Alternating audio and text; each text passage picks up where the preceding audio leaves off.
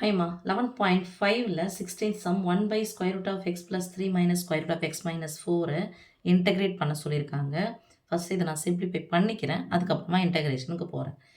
எப்போ பைன்னு சொல்லிட்டு போட்டு ஒரு 2 எண்கள் வந்திருக்குது அப்படின்னு சொன்னாலும் என்ன பண்ணணும், அதே எண்ணை மேலங்கீழே போட்டு பெருக்கணும், எண்கள் போட்டு பெருக்கணும். நான் குறி என்ன பண்ணிக்கணும், மாற்றிக்கணும். இங்கே ப்ளஸ் இருந்தால் மேலே வந்து இதே நம்பர் போடுறோம், மைனஸ் போட போகிறோம். மைனஸ் இருந்தால் ப்ளஸ் போட போகிறோம். போட்டுக்கலாமா?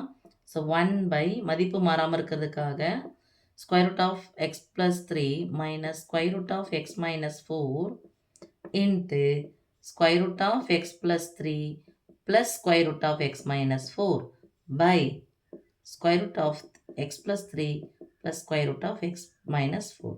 மதிப்பு மாறாமல் இருக்குது. இது கேன்சல் ஆனால் இது தானே கிடைக்க போகுது.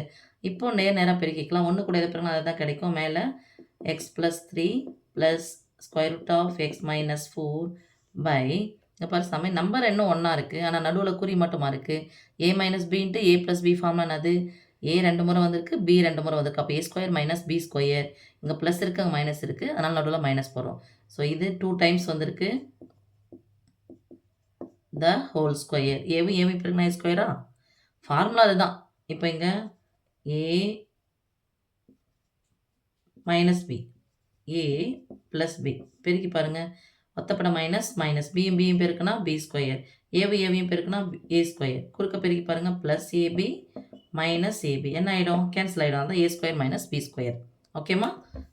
ஸோ உறுப்புகள் ஒரே மாதிரி இருந்து குறிகள் மட்டும் மாறி இருந்தால் மொதல் 2 டைம்ஸ் வந்து ஸ்கொயர் போட்டுக்கோங்க, அடுத்தது 2 டைம்ஸ் வந்துருக்கு ஸ்கொயர் போட்டுக்கோங்க, நடுவில் ப்ளஸ் இன்ட்டு மைனஸ் தான் போட்டுக்கோங்க மைனஸ். இது 2 உறுப்புகளுமே இந்த ஸ்கொயர் ரூட் சொந்தம். ஸோ ஸ்கொயர் ரூட்டும் கேன்சல், ஸ்கொயர் ரூட்டும் கேன்சல். மேலே என்ன எழுதலான்னு பாருங்கள். இதை எக்ஸ் ப்ளஸ் 3 பவர் 1/2ன்னு எழுதலாமா? ப்ளஸ் எக்ஸ் மைனஸ் 4 பவர் 1/2ன்னு எழுதலாமா? ஏன்னாது ரூட் அப்படின்னாவே பை 1 2 பை 1 பவர் 1 பை அப்படின்னு அர்த்தம். ரூட் அப்படின்னு சொன்னாவே பவர் 1 பை. இங்கே ஒன்றுமே இல்லைன்னு அர்த்தம், மூல வரிசை என்ன இருக்குன்னு அர்த்தம், 2 இருக்குன்னு அர்த்தம். அப்போ 1/2. ஒரு வேளை 3 இருந்துச்சுன்னா 1/3 பவர். ஓகே, இங்கே எக்ஸ் இருக்குது, ப்ளஸ் 3 இருக்குது. மைனஸ்னு அர்த்தம், குறியை மாற்று.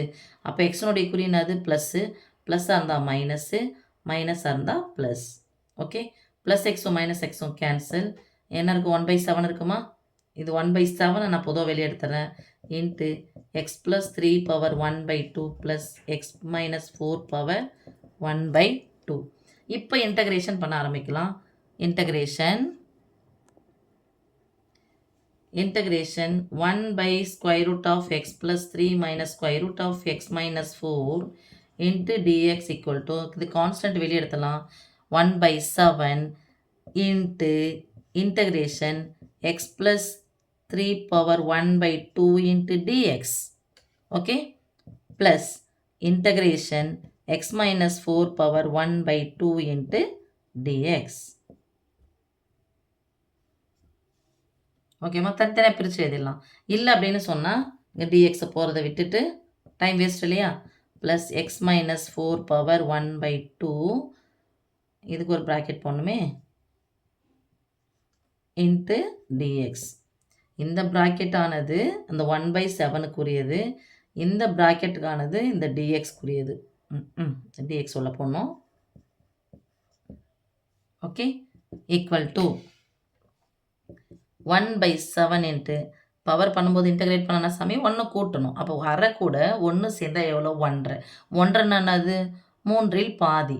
1 கூட அரை கூட 1 கூட்ட போகிறோம். மேலே அடுக்குலையும் கூட்டிட்டு பை அதே தான் போட போகிறோம்.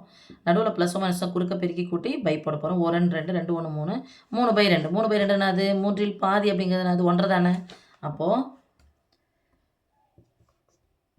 x plus 3 power 3/2 by 3/2 plus x minus 4 power 3/2 by 3/2 plus c. Okay, இப்போ இதுவும் 3/2 இருக்குது, இதுவும் 3/2 இருக்குது, ஆனால் பை 3/2 இருக்குது. அப்போ பை இருந்துச்சுன்னா இதுவே வகுத்தல் இருக்குது, இந்த வகுத்தலனுடைய தலைகீழ் வரைக்கும் மேலே போகும்போது 3/2ன்னு வருமா, இன்ட்டு போட்டுட்டா இந்த வகுத்தலுக்கு பதிலாக பெருக்கல் போட்டால் 2/3 வருமா? அப்போ என்ன ஆகிடும், 1/7 இன்ட்டு 2/3 இப்படி தானே வரும். 1 2 7 3 21. ஓகே, அப்போ எப்படி பெருக்க போகிறோம், இதுவும் காமனாக இருக்குது, வெளியே எடுக்கிறேன். 2 எடுத்து இது கூட பெருக்கிறேன், 3 எடுத்து இது கூட பெருக்கிறேன். அப்போ 1 2 பை 7 3 21 இதுக்கும் பொதுவாக இருக்கு, வெளியே எடுத்தாச்சு. இங்கே என்ன போட்டுக்கலாம் பாருமா, அப்படி இருக்கிறத சொல்லுங்கள் பார்க்கலாம்.